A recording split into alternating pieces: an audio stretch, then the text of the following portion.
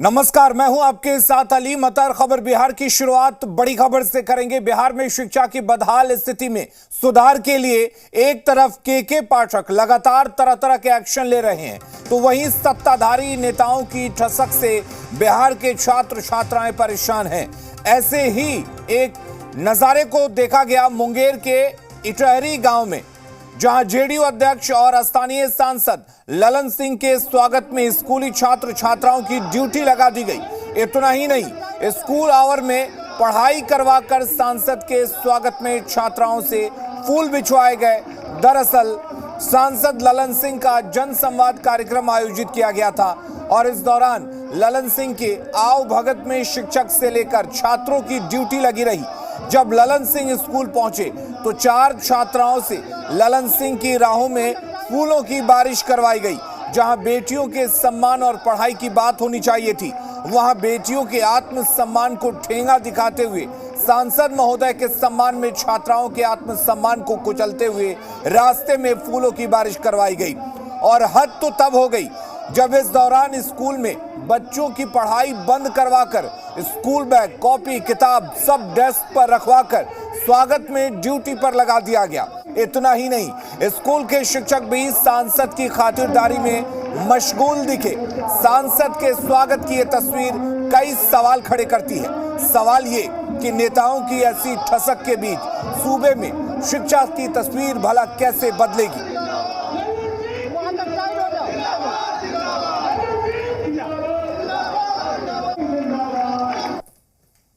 आज आपके कार्यक्रम में क्या हो रहा था? हम लोग को कोई पता नहीं। आप तो माल्यार्पण किए, आपको बुके दिया, आपको कोई पता नहीं यहाँ पे क्या हो रहा है? स्कूल आवर में बच्चे को लगा दिए पूरा फूल छिटवाने के लिए। सर किसके परमिशन? क्यों भाग रहे हैं? क्यों भाग रहे हैं? प्रिंसिपल साहब क्यों भाग रहे हैं? आप भाग क्यों रहे हैं?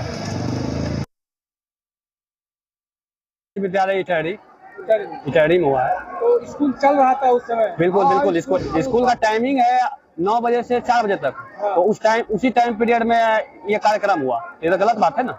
ये मान लीजिए शिक्षा का केंद्र है और कहीं नहीं हो सकता था। मान लीजिए दुर्गा स्थान था, उसके बाद शिवाला था और भी कहीं जगह था, वहाँ कहीं होता था। ये शिक्षा का केंद्र है ना, तो शिक्षा पे यहाँ बच्चा पढ़ता है। यहाँ पे यह क्या हो रहा है? यहाँ पे ये गलत काम है। यूँ तो इस घटना की कोई मुझे जानकारी नहीं है, लेकिन अगर स्कूल के बच्चे कि अपने नेता का स्वागत करते हैं, इसमें कहाँ से क्या बुराई है? ये तो परंपरा हम लोगों की है, निरंतर होती है। इसमें कहाँ बेटियों का अपमान होते हुए देखा गया है? स्वेच्छा से करते हैं। कोई भी बड़ा व्यक्ति आता है तो उसका स्वागत करते हैं और इसको किसी ढंग से ड्यूटी के रूप में नहीं देखा जाए, बल्कि उन्हें सम्मान दिया गया उनको, तो ये अच्छी बात है। और निश्चित रूप से हमारी सरकार पूरी तरह से बेटियों के लिए चिंतित है और बेटियों के लिए जितना संभव है वो कर रही है। आधिकारिक रूप से तो किसी अधिकारी ने कोई आदेश निर्गत नहीं किया था। अगर किसी विद्यालय में कोई माननीय जाते हैं, अगर उनके कार्यों से प्रसन्न होकर कोई आवभगत स्वागत करता है, तो इसमें परेशानी क्या है? कोई छात्र या छात्राओं को इसके लिए बुलाया नहीं गया था। अब बिहार में तो शिक्षा में जिस तरह से सुधार हो रहा है, तो शिक्षा पर काम हो रहा है, चारों ओर दिख रहा है। शिक्षकों की नियुक्ति हो रही है। लोग खुश होकर के अपने माननीय सांसद का, माननीय मंत्री का, माननीय विधायक का, जनप्रतिनिधियों का स्वागत करते हैं। जिस प्रदेश के बच्चे और उनके पिता की गाढ़ी कमाई दूसरे राज्यों के कोचिंग संस्थान और कॉलेजेस लेते हो, उस राज्य के बच्चों के साथ शैक्षणिक स्तर सुधारने की जगह उनका स्वागत में लगाना कतई उचित नहीं होगा। राज्य सरकार जो है वो दावे करती है और दावों की पोल उनके राष्ट्रीय अध्यक्ष ही खोलते हैं। जनता सब देख रही है, समझ रही है और जनता ऐन वक्त पर अपनी समझ का इस्तेमाल करेगी और ऐसे कामों का परिणाम जो होगा वो स्वतः जनता दे देगी। जिस तरह से बिहार में शिक्षकों की बहाली हुई है और प्रत्येक जिला में शिक्षकों को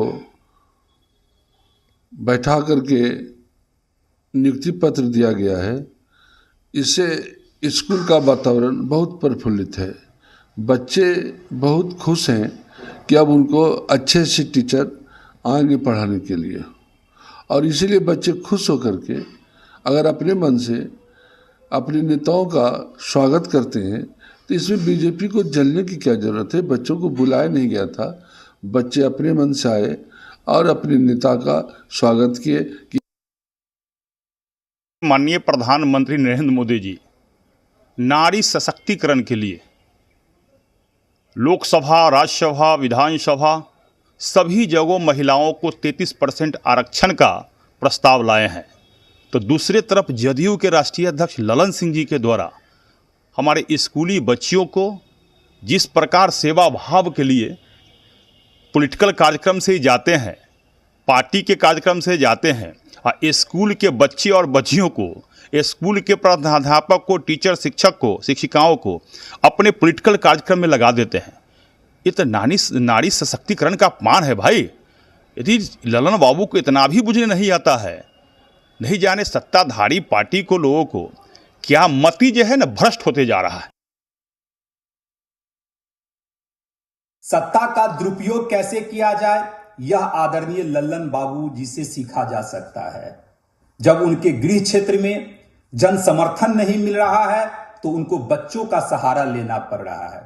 आदरणीय लल्लन बाबू से मैं कहना चाहता हूं, जब सत्ता के मोह में तू अंधा शासक बन जाएगा, फिर ना कोई केशव आएंगे जो राह तुझे दिखलाएंगे। जब अति हो जाएगा तब तख्ता पलट हो जाएगा। और बिहार में जो वर्तमान स्थिति है कुछ इसी तरह की है।